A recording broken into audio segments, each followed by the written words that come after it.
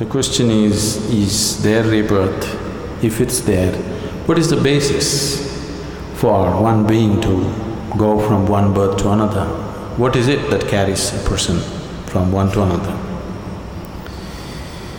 Now if you need to understand this, you must have some understanding of the mechanics of who you are.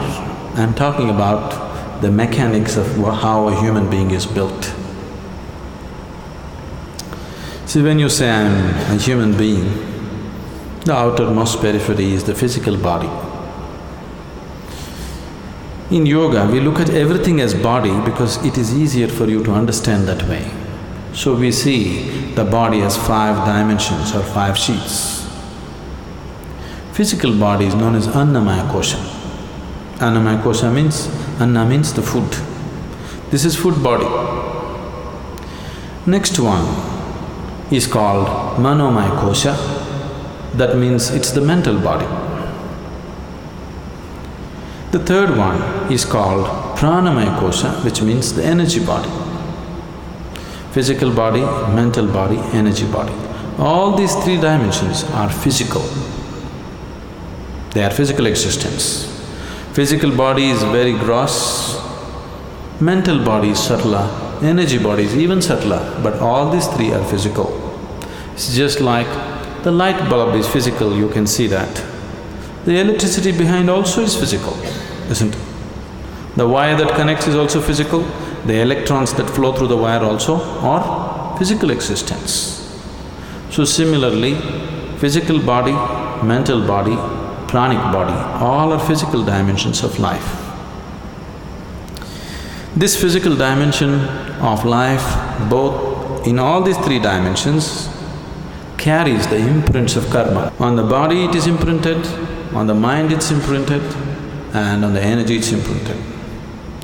This karmic imprints or the karmic structure is what holds it together. Karma is the cement which holds you to the physical body. Karma is the bondage, at the same time it's only because of karmic stuff you can hold on to the body and be here. This is where spirituality seems to be difficult because if you try to take it away, it doesn't work. If you try to add, it doesn't work. You need to be just there. If you're just there, it's a moment.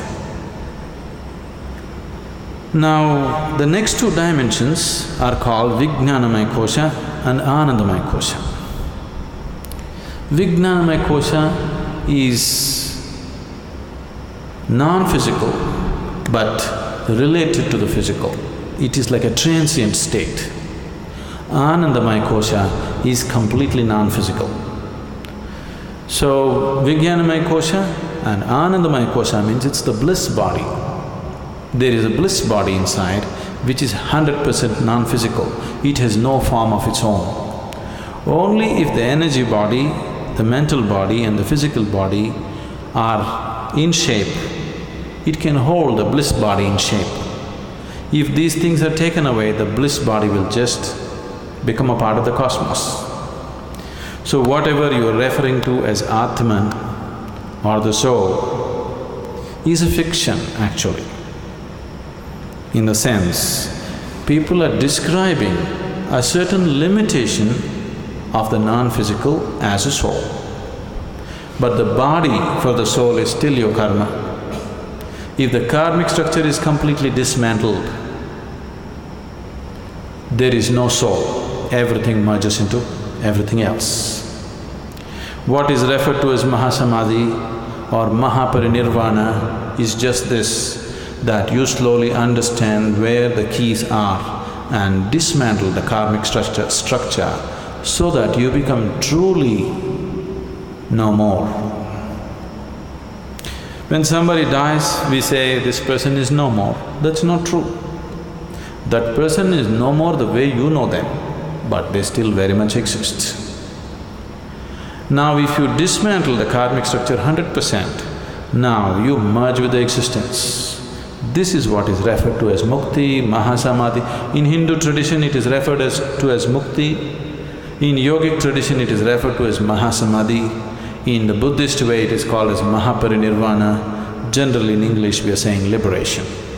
Liberation means becoming free from the very process of life and birth and death.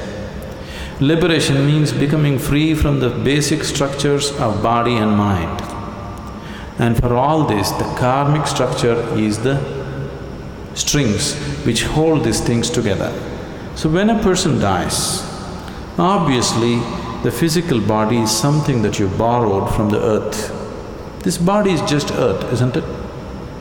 You understand? This physical body is just a piece of earth which is right now prancing around like this. But you have to pay it back, atom to atom, no interest though. But you have to pay back every atom. You won't be allowed to carry a single atom from this planet. Nobody has managed it.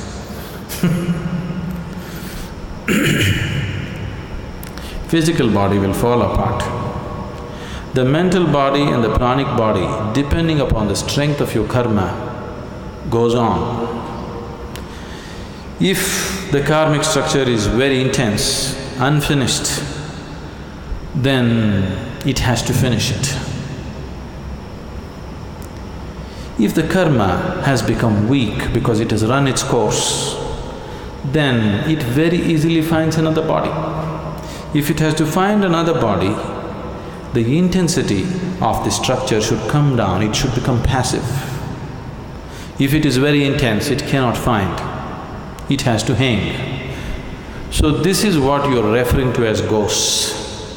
Somebody is dead, his karmic structure is still intense because it's not over. Now he needs much more time to find another body, he still exists.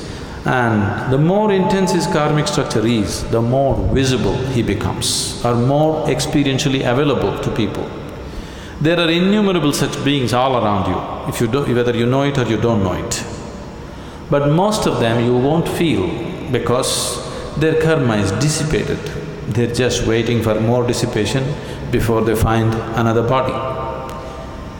But if their karma is very intense, this is why they told you in the tradition, if somebody dies unnaturally, either by accident or suicide or some other way, they will become ghosts. It is not so, everybody becomes. It is just that they are more experienceable.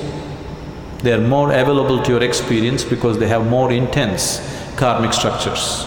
So you people may experience them little more than other beings who die of old age.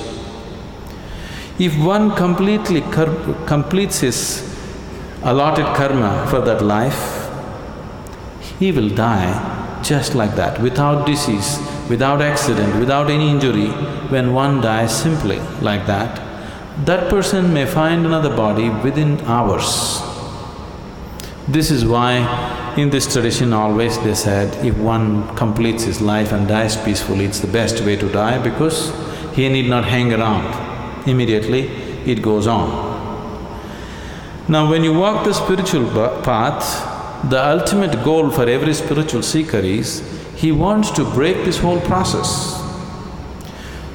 Or otherwise, to use an analogy, we can say, what you call as my soul right now is like a bubble.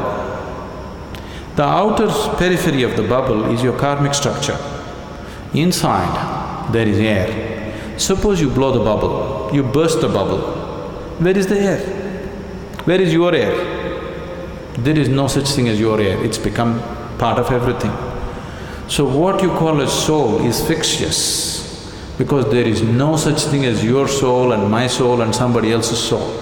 Right now, this unboundedness is contained in the limited karmic structure, so it makes you believe as if this is a separate entity. If you take away the keys which hold the karmic structure, then it just collapses. So, this afterlife, next birth, don't believe all this nonsense. But right now if you sit here and just close your eyes, you can clearly see more than this body you are, isn't it?